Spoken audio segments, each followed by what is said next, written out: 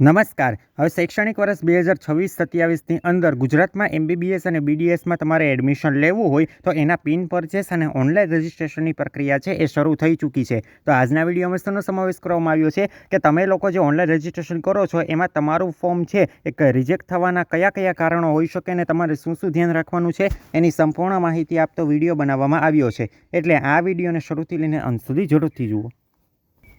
હવે જ્યારે તમે લોકો ઓનલાઈન ફોર્મ ભરો છો ત્યારે તમે લોકો શું કરો છો? એક તો ડોક્યુમેન્ટ વેરિફિકેશનની સંપૂર્ણ પ્રોસેસ કરો છો. તો જ્યારે ડોક્યુમેન્ટ વેરિફિકેશન અને ઓનલાઈન રજિસ્ટ્રેશનની સંપૂર્ણ પ્રક્રિયા પૂરી થશે એના પછી કમિટીની અંદર છે જેટલા પણ લોકોએ ફોર્મ ભર્યું હશે એ તમામ લોકોનું મેરિટ લિસ્ટ આવશે. હવે એની અંદર જનરલ મેરિટ લિસ્ટ હોય, OBC મેરિટ લિસ્ટ હોય, EWS મેરિટ લિસ્ટ હોય, SC મેરિટ લિસ્ટ હોય, ST મેરિટ લિસ્ટ હોય, PWD કેટેગરી હોય તો એ સ્ટુડન્ટનું આખું મેરિટ લિસ્ટ હોય. એની અંદર તમારો કયો રેન્ક સમાવેશ હશે? એક તો GR કે જેને તમે જનરલ રેન્ક પર કહી શકો અને ગુજરાત રેન્ક પર કહી શકો, અને CR એટલે કે કેટેગરી રેન્ક છે એ સંપૂર્ણપણે એની અંદર મેન્શન કરેલો હશે. અને એની અંદર નીચે એક તમારે આવ્યું હશે કે not eligible candidate with reason, એવું પણ એક છે એ આખું લિસ્ટ આવશે. તો એમાં કયા કયા કારણોથી છે એ લોકોનું ફોર્મ રિજેક્ટ થાય છે એ સંપૂર્ણ વિગત તમે સમજો. તો સૌથી પહેલો કારણ એ છે કે જો તમે લોકોએ ધોરણ 10 અથવા ધોરણ 12 છે એ તમે ગુજરાત રાજ્યની બહારની શાળામાંથી પાસ કરેલું હશે તો તમે લોકો ગુજરાતમાં સ્ટેટ કોટામાં ભાગ લેવા માટે એલિજિબલ નથી.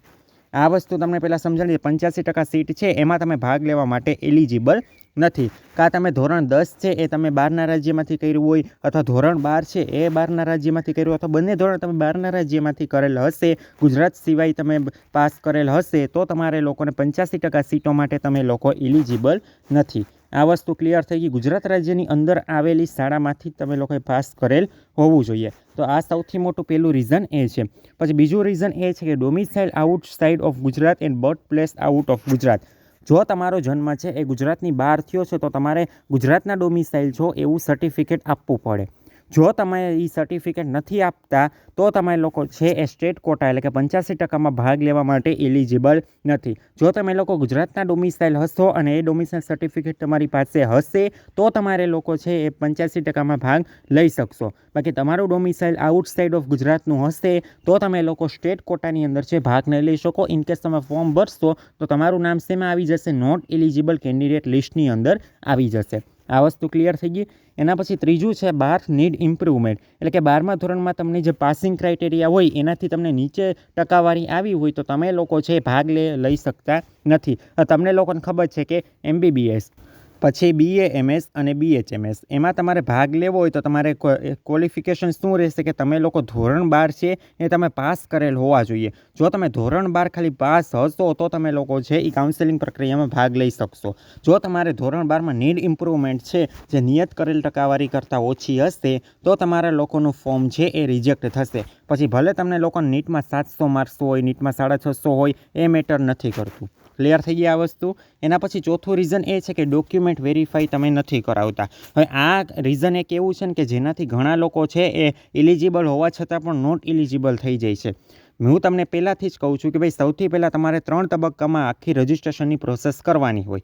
પહેલું તમારે લોકોએ પિન ખરીદી કરવાનું હોય. પિન ખરીદી થઈ ગયા પછી તમારે લોકોએ ઓનલાઈન રજિસ્ટ્રેશન કરવાનું હોય, અને ઓનલાઈન રજિસ્ટ્રેશન પછી તમારે લોકોએ નિયત કરેલું જે હેલ્પ સેન્ટર છે એની અંદર તમારે જવાનું હોય છે.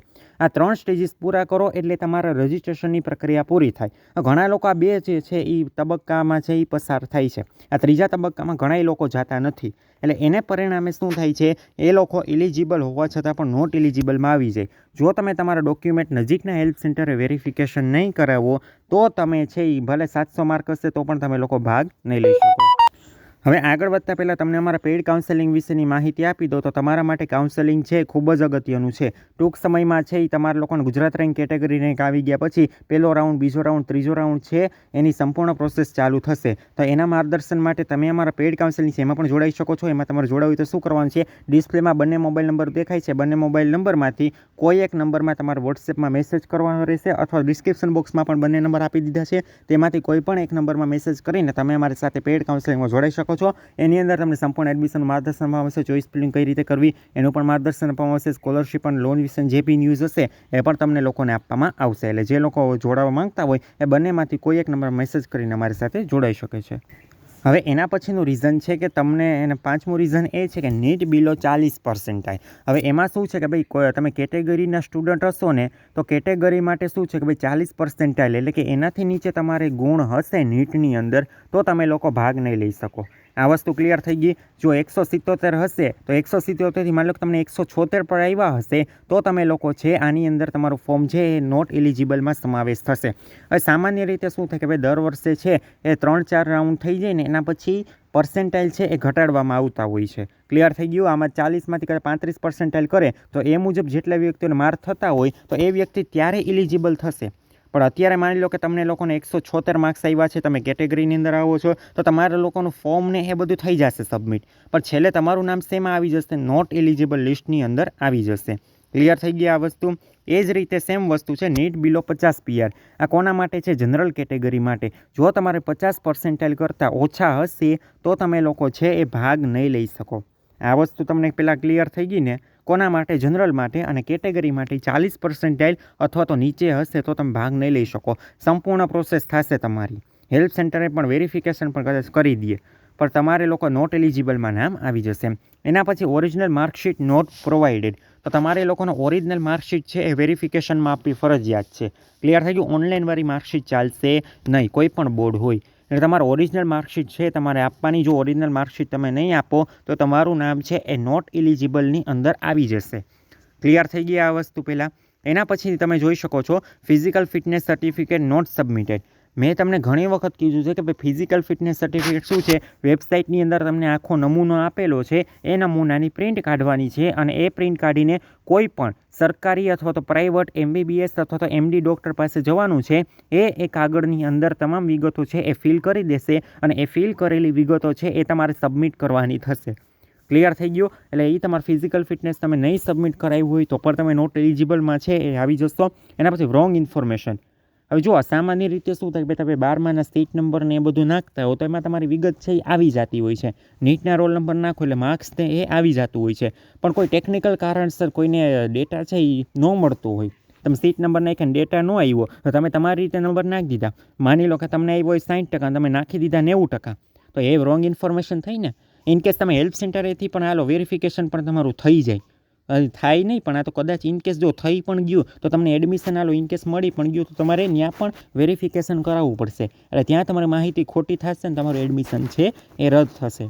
ક્લિયર થઈ ગયું? તો એટલી બાબતો છે એ તમારે ખાસ ધ્યાનમાં રાખવાની છે. જો આમાં તમને કોઈ ક્વેરી હોય તો નીચે કોમેન્ટ બોક્સમાં લખો. અને આવી જ માહિતી માટે જો તમે ચેનલમાં નવા હોય તો આ ચેનલને લાઇક, શેર અને સબસ્ક્રાઈબ કરવાનું ના ભૂલો. અને વધુ માહિતી માટે તમે અમારા વોટ્સએપ ગ્રુપ તથા વોટ્સએપ ચેનલ છે એમાં પણ જોડાઈ શકો છો. બંનેની લિંક નીચે ડિસ્ક્રિપ્શન બોક્સમાં આપી દીધી છે.